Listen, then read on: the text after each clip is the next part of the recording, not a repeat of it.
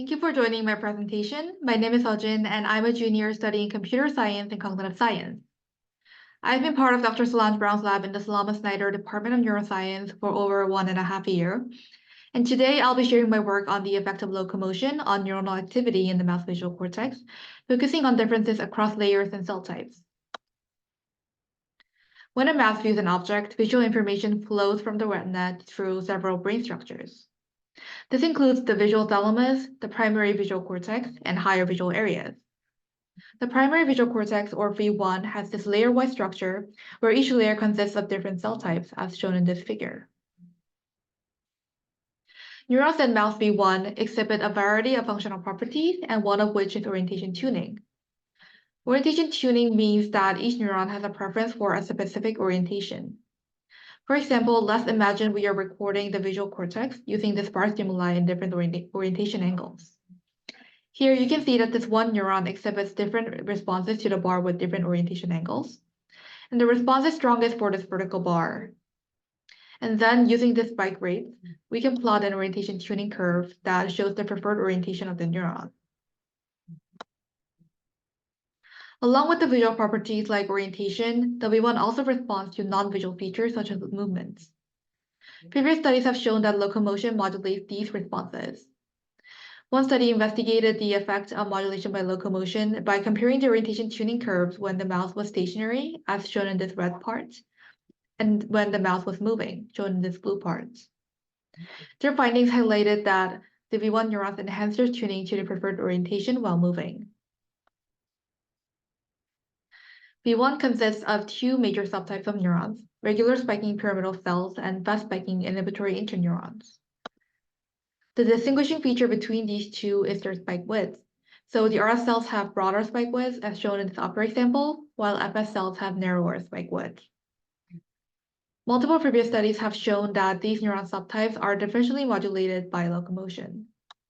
And here I will show you one example of how these subtypes can be modulated differently. When Neil and Stryker examined changes in orientation tuning curves under stationary versus moving conditions, they found that the effect of locomotion was different for RS and FS cells. Both cells displayed changes during moving, but RS cells showed more orientation tune changes. This is demonstrated in this plot where RS cells enhance their tuning to these two preferred orientations in moving conditions, whereas fast spiking cells do not exhibit such orientation-specific changes.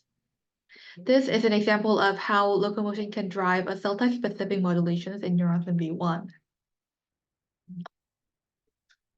One way to study different cell types in various brain regions is through simultaneous extracellular recording. This technique measures the electrical activity of neurons from outside the cell membrane using silicon probes, enabling the real-time monitoring of neural population activities. Recently, there has been a collaborative approach among neuroscientists to generate a standardized large-scale dataset of neural recordings across various mouse brain regions. Allen Institute for Brain Science has recently released a visual behavior neuropixels dataset, which is a large-scale dataset that features in vivo recordings of awake behaving mouse. The dataset inserts up to 6 neuropixels probes, which is shown in the figure in the middle, which provides about 300 recording sites per probe. And in total, this dataset provides simultaneous recorded areas from 52 sessions and 200,000 units across various brain regions. So what I'm showing on the right is the number of neurons recorded by the brain regions. And as you can see, the dataset includes recording from a large number of neurons from visual cortex and thalamic regions.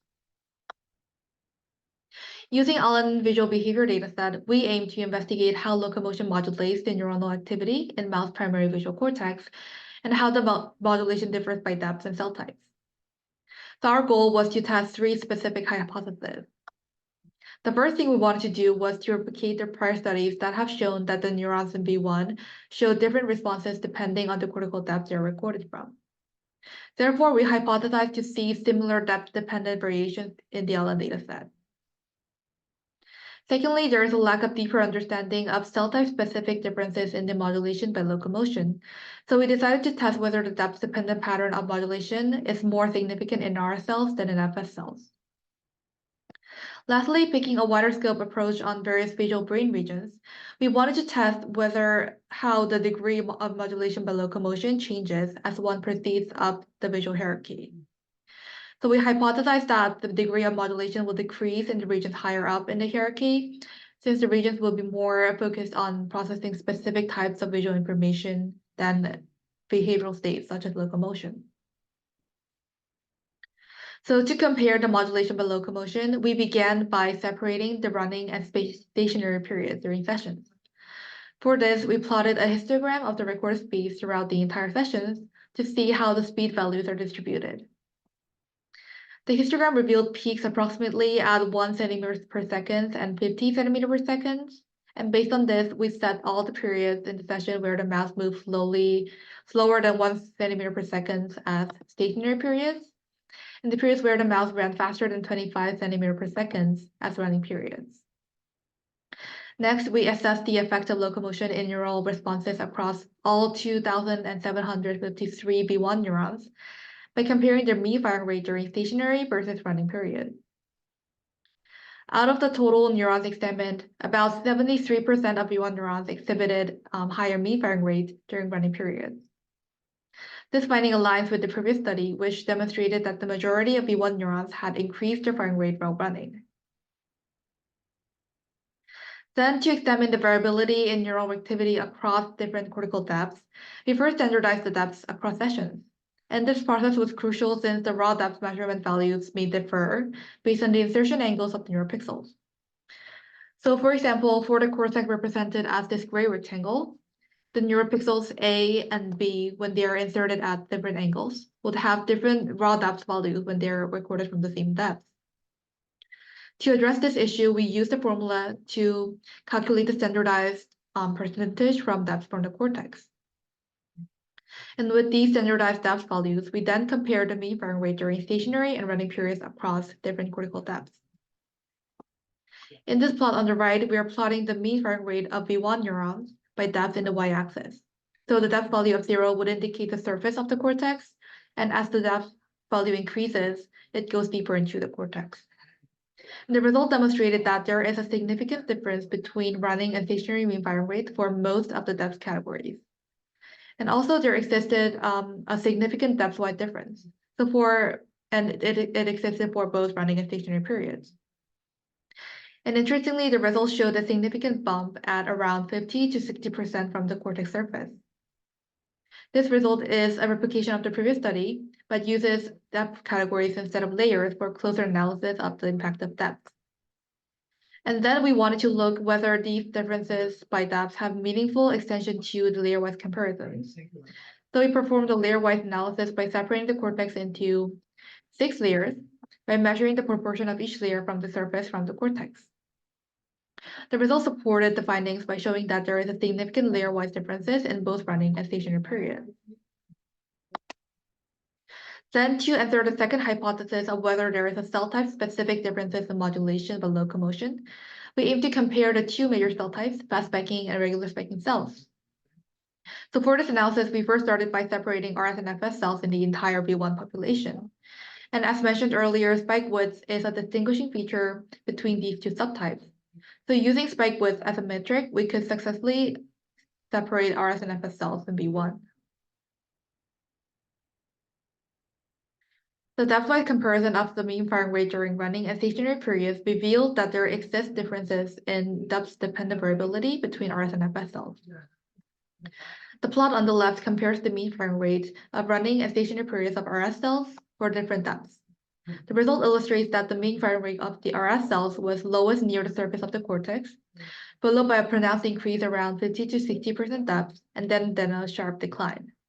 So this pattern is similar to the depth-wise pattern of the entire cell population. However, FS cells did not demonstrate such a pattern during both the running and stationary periods. And when we compare the variability of this plot across depth, we saw that there is a higher degree of variability across depth in FS cells than in RS cells. Also, the distinct bump around 50% to 60% depth from the surface was not as distinct as RS cells and FS cells. So to delve deeper into the depth-dependent differences between RS and FS cells, we differentiated the cortex by layer. And again, the RS cell population exhibited a depth-dependent pattern with a significant increase in mean firing rate at layer 5A, while the FS cells did not exhibit such a distinct trend. So looking together, the results suggest that the FS cells have much higher variability between depths, and the distinct trend across layers, such as the bump at layer 5A, was not shown in the FS cell population. Then we aim to investigate how the modulation by locomotion extends beyond the primary visual cortex. The Allen brain dataset provides simultaneous recordings of multiple brain regions, which allows us to compare how neural activity is modulated by locomotion in various brain areas. So we were interested in the visual thalamus, such as LP, LGD, and LGB regions, V1, and higher visual areas, such as LM, RL, AL, PM, and AM. For these areas, we compare the mean firing rates of stationary versus running periods by calculating the modulation index using the formula at the bottom. Our hypothesis was that the degree of modulation by locomotion would decrease as we go up the visual hierarchy, because the higher visual areas will be focusing on the specific types of visual information they are specialized for, instead of behavioral information like speed. So we compared the modulation index of the population of neurons in each region by comparing the distribution of modulation index values for each of the 9 regions. So in this plot, the x-axis shows the distribution of the modulation index. So the index value higher than 0 would mean that the cell has higher firing rate during running than in stationary periods, and vice versa. So as we compare the distribution of modulation index values for the neurons recorded from these 9 regions, we recognize that the average modulation index decreased as we go up the visual hierarchy. For example, here, the mean modulation index of LGD was 0.18. This indicates that the mean firing rate during running periods was about 45% higher compared to the stationary period. When we look at the violin plot of LGD here, the distribution includes 455 modulation indices of 455 LGD neurons. And the distribution and the average modulation index values, represented as this dot at the middle, shows that at a population level, the region shows an enhanced neural firing rate during moving periods. And then in V1, the modulation index was slightly lower, 0.15, which indicates that the population level, the V1 neurons enhanced their activity by about 40% during moving compared to the stationary period. But as we move beyond V1, the modulation indices decreased, with mean firing rate during running periods just less than 10% higher than during stationary periods in most of these areas.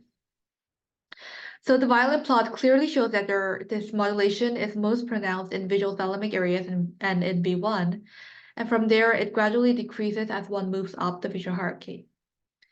So this finding supports my hypothesis that higher visual areas will exhibit less modulation by locomotion, likely because these areas are more focused on processing specific types of visual information.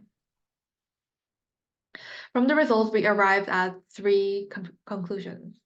First of all, V1 neurons demonstrate depth-dependent variations in their response to locomotion.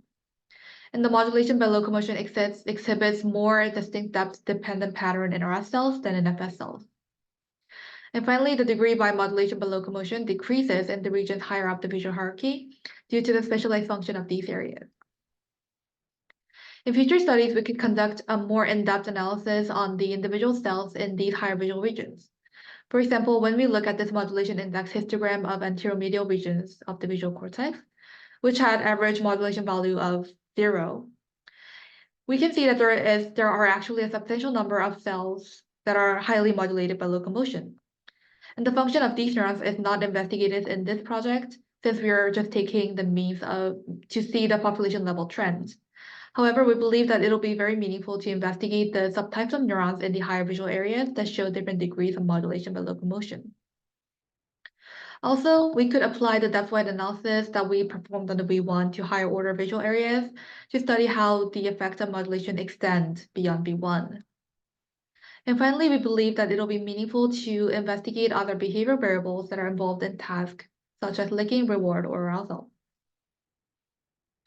I would like to acknowledge and express big thanks to Dr. Solange Brown and Chris for guiding me through the project and my time at the lab. Thank you for attending my presentation, and let me know if you have any questions. Thank you.